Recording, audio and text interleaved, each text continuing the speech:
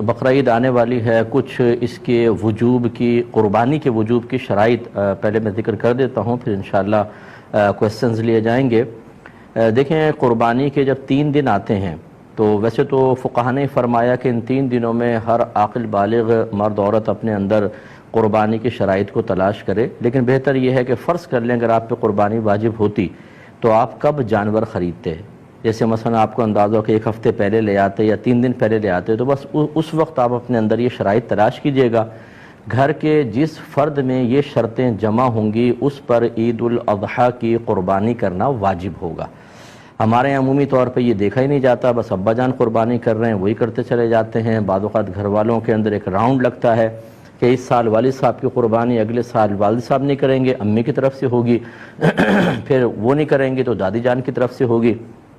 اسی طرح بعض لوگ کویسچنز کرتے ہیں کہ ہم پہلی مرتبہ قربانی کر رہے ہیں تو سنا ہے کہ نبی کریم صلی اللہ علیہ وسلم کی جانب سے پہلی قربانی کرنی چاہیے۔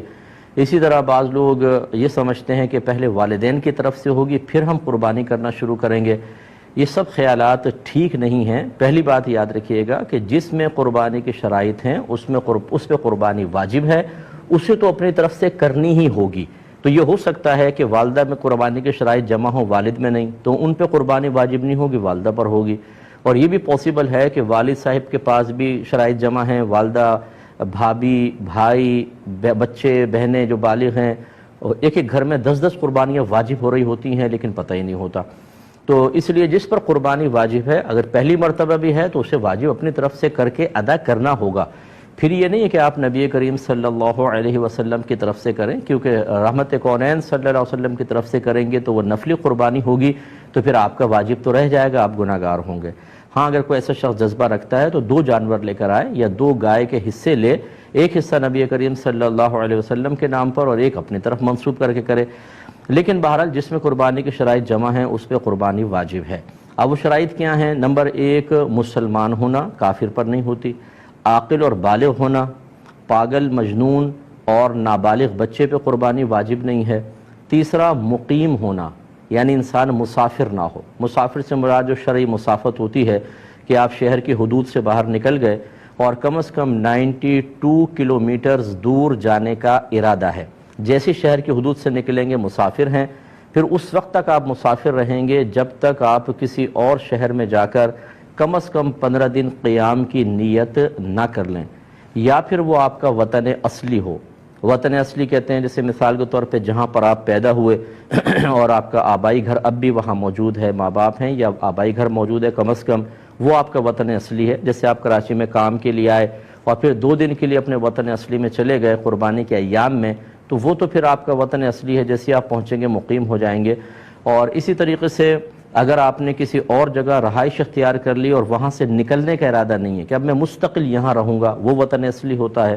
اور تیسرا، کہیں پر آپ نے شادی کی ہو اور آپ کی زوجہ وہاں پر ہوتی ہوں، موجود ہیں، تو پھر آپ جیسے دوسرے سٹی میں چلے گئے، جیسے ہی اپنے اس شہر میں آئیں گے جہاں آپ نے شادی کی ہے اور زوجہ بھی ادھر ہونی چاہیے اس شہر میں، تو آپ مقیم خود بخود ہو جائیں گے، چاہے 2 دن کے لیے گئے ہوں۔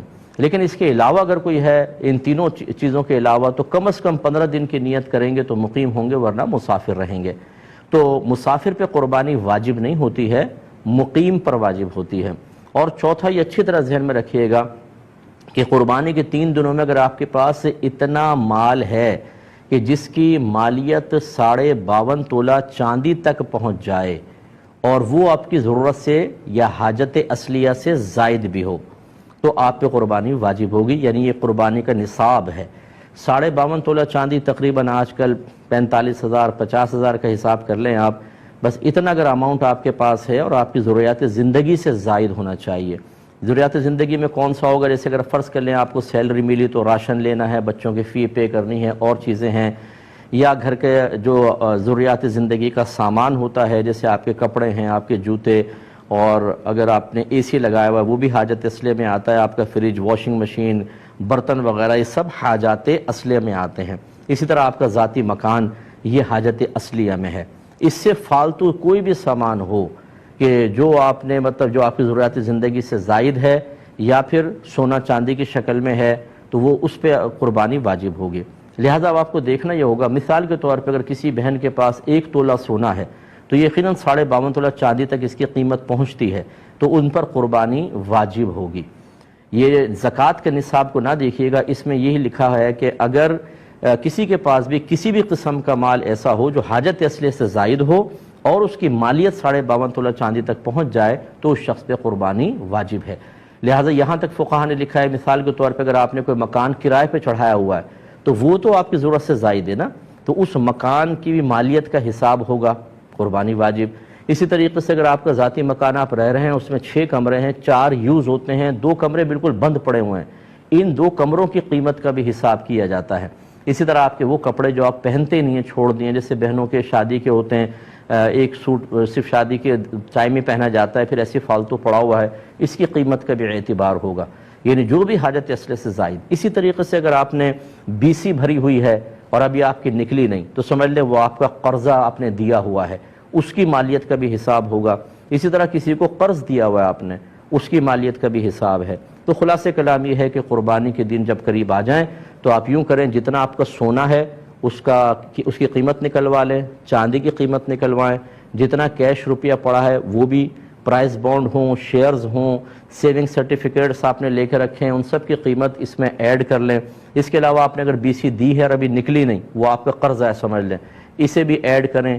کسی کو ویسی قرض دیا ہوا ہے وہ بھی اس میں ایڈ کر لیں اور اس کا ٹوٹل نکال لیں۔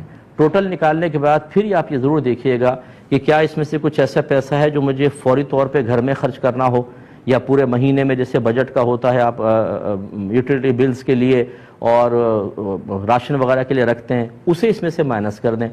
اس کے علاوہ ہر وہ قرضہ جو اس منتھ میں آپ کو فوری طور پہ ادا کرنا ہے، جیسے کوئی انسٹالمنٹ دینی ہے آپ نے، یا کسی کا قرضہ لیا ہوا اور وہ کبھی بھی مطالبہ کر سکتا ہے، ایسا کوئی قرضہ جس کی کوئی میعاد وغیرہ مقرر نہ ہو، اس سب کو بھی اس میں سے مائنس کر دیں۔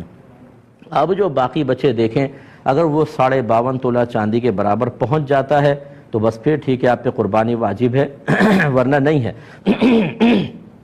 سوری۔